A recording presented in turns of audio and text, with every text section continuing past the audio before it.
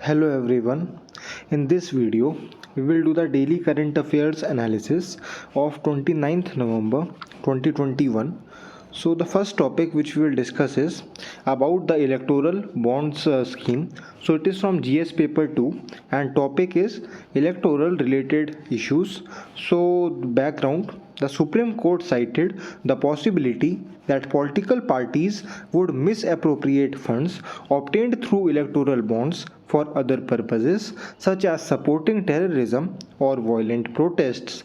The court also wondered if the government had any control over how the money was spent by the political parties. Information on electoral bonds. Electoral bonds are a type of financial instrument that can be used to make payments to political parties in denominations of rupees 1000, rupees 10,000, rupees 1 lakh, rupees 10 lakh and rupees 1 crore with no upper limit. The State Bank of India is authorized to issue and redeem these bonds which have a 15-day validity period. These bonds can be redeemed in a designated account of a registered political party. The bonds are available for purchase for 10 days in each of the months of January, April, July, and October as defined by the central government by any person who is an Indian citizen or who is incorporated or founded in India. Individuals can purchase bonds on their own or in groups with other people. The donor's name is not printed on the bond. Electoral bonds advantages. The electoral bond program acts as a check on traditional under the table donations by requiring check and digital paper trails of transactions. However, the concept has numerous key flaws that make it exceedingly divisive. The Supreme Court observed electoral bond misuse for the following reasons. Anonymity. The donor, who could be an individual or a company, and the political party are not compelled to reveal the source of the donation. Asymmetry. The government knows who the contributor is at all times because the bonds are purchased through the State Bank of India. This information imbalance has the potential to distort the process in favor of whichever political party is currently in power. Black money usage. This scheme's goal is undermined by the removal of a 7.5% cap on corporate donations as well as the need that political contributions be declared in profit and loss statements and the requirement that a company be 3 years old. A shell company can donate an unlimited amount to a political party anonymously, allowing businesses to easily round trip monies held in tax havens in exchange for a favor or advantage. The government's position to receive electoral bond donations, only parties registered under the Representation of the People's Act 1951 were eligible and they couldn't have received less than 1% of the vote in the previous election. To counteract the political threat of black money, the bonds only accept white money as payments are made by check or demand draft and KYC procedures are met. Election Commission of India support. The ECI was not against the bonds but it was concerned about the anonymity aspect. It also urged the court not to suspend the bonds, stating that they are an improvement over the former system of unaccountable cash funding. So what are the steps to take to stop the vicious cycle of corruption and deterioration of democratic polity, quality, effective political financing regulation as well as radical reforms are essential. It is necessary to fill the gaps in current laws in order to make the entire government mechanism more responsible and transparent. By requesting public awareness campaigns, voters can also play a role in bringing about important changes. If voters rejected politicians and parties that overspend or bribe them, democracy would advance a notch. Source of this news is The Hindu. Next is, what is the Gaganyaan mission? So it is from GS paper 2 and topic is science and tech related topics. So background of this news is, according to the Union Minister of Science and Technology, the Gaganyaan human space flight mission will be launched after the second unmanned mission in 2022-2023. The rupees 10,000 crore Gaganyaan mission was scheduled to send a three-member crew to space for 5 to 7 days by 2022 when India celebrates 75 years of independence. The first unmanned mission will take place in December 2021. It has been postponed because of the COVID-19 induced lockdown. So the mission is as follows. Gaganyaan is an Indian space research organization ISRO project. According to the Gaganyaan program, 3 Gaganyaan aircrafts will be sent into orbit. There will be 2 unmanned flights and 1 human space flight. The Gaganyaan system module, termed as the orbital module, would be home to 3 Indian astronauts, one of whom is a woman. It will orbit Earth in a low Earth orbit at a distance of 300 to 400 kilometers for 5 to 7 days. The payload will include a crew module which will be a spaceship that will transport humans. The service module is powered by 2 liquid propellant engines. It will be able to escape in an emergency and abort mission. Because of its payload capabilities, the 3-stage heavy lift launch vehicle GSLV Mk3, also known as the LVM-3 launch vehicle Mark III, will be used to launch Gaganyaan. Gaganyaan mission international collaboration. In Russia, astronauts will receive the training. In June 2019, the ISRO's Human Space Flight Center and the Russian government's Globcosmos inked a training deal that includes Russian support in applicant selection, medical evaluation, and space training.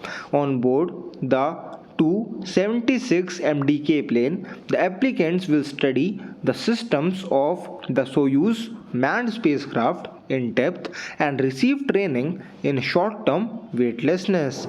The Soyuz is a Russian spacecraft.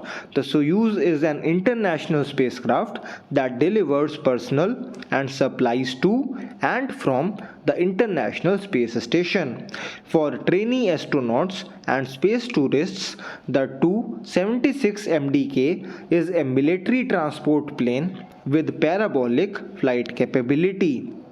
So the Gaganyaan mission's importance. It will contribute to the country's growth in science and technology as well as motivate young people. Gaganyaan will involve a number of agencies, laboratories, specialities, enterprises and departments. It will aid in the expansion of the industrial sector.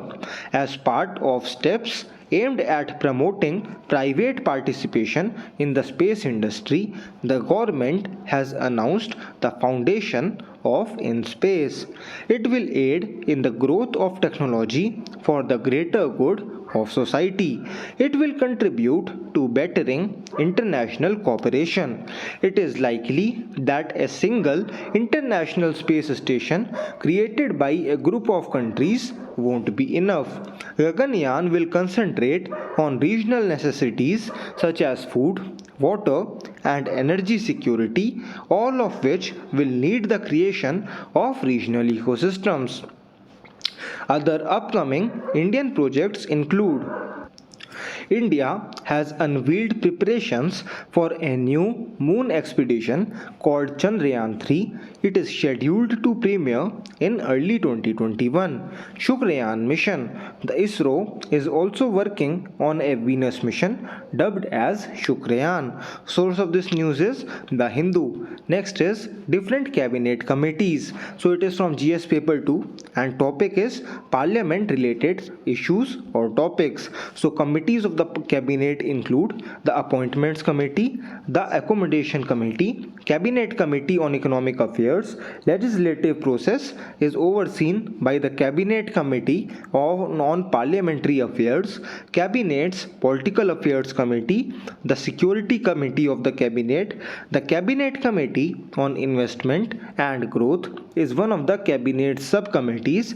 The cabinet committee on employment and skill development is in charge of monitoring the government's employment and skill development policy. So the cabinet committees are as follows. Except for the cabinet committee on accommodation and the cabinet committee on parliamentary affairs, all committees are chaired by the Prime Minister.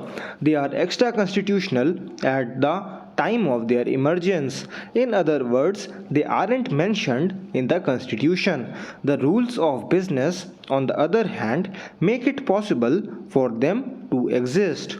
The Indian executive is governed by the Government of India Transaction of Business Rules 1961. The President shall adopt rules for the more convenient transaction of the Government of India's business and for the allocation of said business among ministers, says Article 77(3) of the Constitution. Members of the Cabinet's standing committees are appointed by the Prime Minister and given specific tasks. He has the power to expand or contract the number of committees. Other groups of ministers, GOMs, have been formed to explore various issues or subjects in addition to cabinet committees. Functions of cabinet committees. They are a management tool to assist the cabinet in managing its vast workload. They enable a more in-depth analysis of policy challenges as well as improved coordination. They are founded on the notions of division of labor and effective delegation. They make decisions, solve problems, and offer recommendations for the cabinet's consideration. Of course, the cabinet has the authority to review their decisions.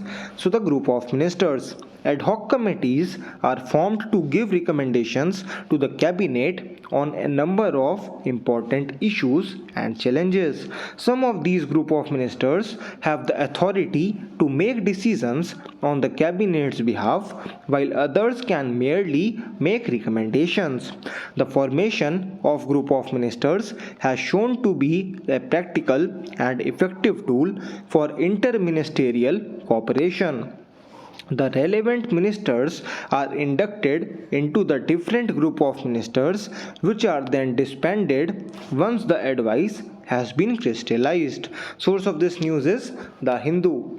Next is what is in-flight Wi-Fi. So it is from GS paper 3 and topic is science and technology. So background, the Indian government had given airlines the permission to provide passengers with in-flight Wi-Fi. In 2018, the Telecom Commission approved the in-flight internet and mobile communications access on aircraft flying in Indian airspace. Who has the power to grant permission? The pilot may allow passengers on board an aeroplane in flight to access internet services via Wi-Fi on board when a laptop, smartphone, tablet, smartwatch, e-reader or point of sale device is used in flight mode or aeroplane mode. What is the protocol for connecting in flight? In flight connectivity systems use both terrestrial and satellite internet services.